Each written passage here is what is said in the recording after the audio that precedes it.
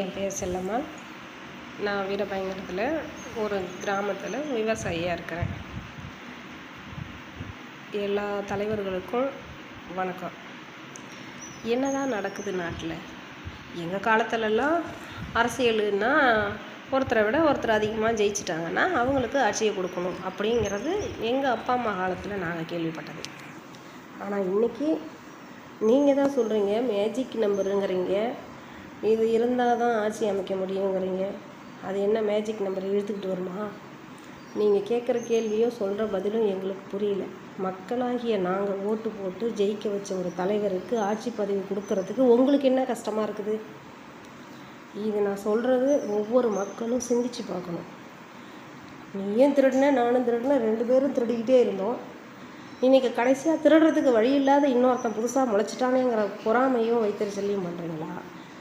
இல்லை இதுதான் சினிமாவில் விஜய்க்கு எப்போவுமே சினிமாவில் தான் கிளைமேக்ஸ் கொடுப்பாங்க.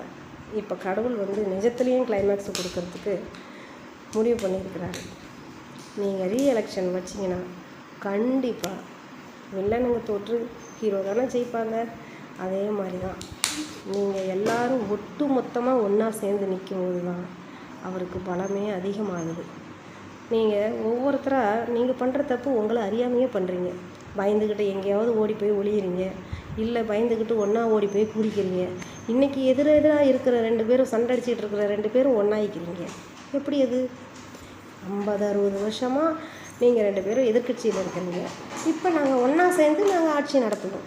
அப்போ ஜனங்க என்ன அவ்வளோ முட்டாளா? நீங்கள் எங்களை கூறு போட்டு விற்பீங்க, நாங்கள் அதை பார்த்துக்கிட்டு இருக்கணுமா? பார்க்கலாம். நீதி ஜெயிக்கணும்னு இருந்தால் கண்டிப்பாக விஜய் தான் ஆட்சி அமைக்கிறாரு. ஆனால் நீதி ஜெயிக்காதுன்னு இருந்ததுன்னா உங்களை மாதிரி திருட்டு ஆட்சிகளும் கொள்ளையடிக்கிற கும்பலும் எங்களுக்கெல்லாம் பாதுகாப்பு இல்லாத ஒரு வாழ்க்கையை கொடுக்குற நீங்களும் வருவீங்க. இது அவருக்கு வச்சுருக்கிற கிளைமேக்ஸ் செக். இதில் நீதி ஜெயிக்குதா இல்லை தோற்று போகுதான்னு காலம் பதில் சொல்லும். இது உங்களுக்கு பிடிச்சிருந்ததுன்னா நிறைய பேருக்கு ஷேர் பண்ணுங்கள். நீங்களும் ட்ரை பண்ணுங்கள். மக்களாகிய நாம் தேர்ந்தெடுத்த ஒரு தலைவரை ஆட்சிக்கு அமைக்க விடாமல் இழுபறியான நிலைமையில் கொண்டு வந்துக்கிட்டு இருக்குது இந்த அரசாங்கம். அப்போது நம்ம நிலைமையெல்லாம் என்ன ஆகிறது? நம்ம பிள்ளைங்களோட எதிர்காலம்லாம் என்ன ஆகிறது? இதெல்லாம் நம்ம எல்லாருமே ஒவ்வொருத்தரும் யோசித்து பார்க்கணும். இன்றைக்கி எதிர்கட்சி 2 எப்படி ஒன்றாகும்? இவங்க எப்படி பேச்சுவார்த்தை ஒருத்தருக்கு ஒருத்தர் ஆறுதல் பண்ணிக்கிறாங்க. ஆறுதல் எப்படி? அச்சோ உங்களையவே தோக்கடிச்சிட்டு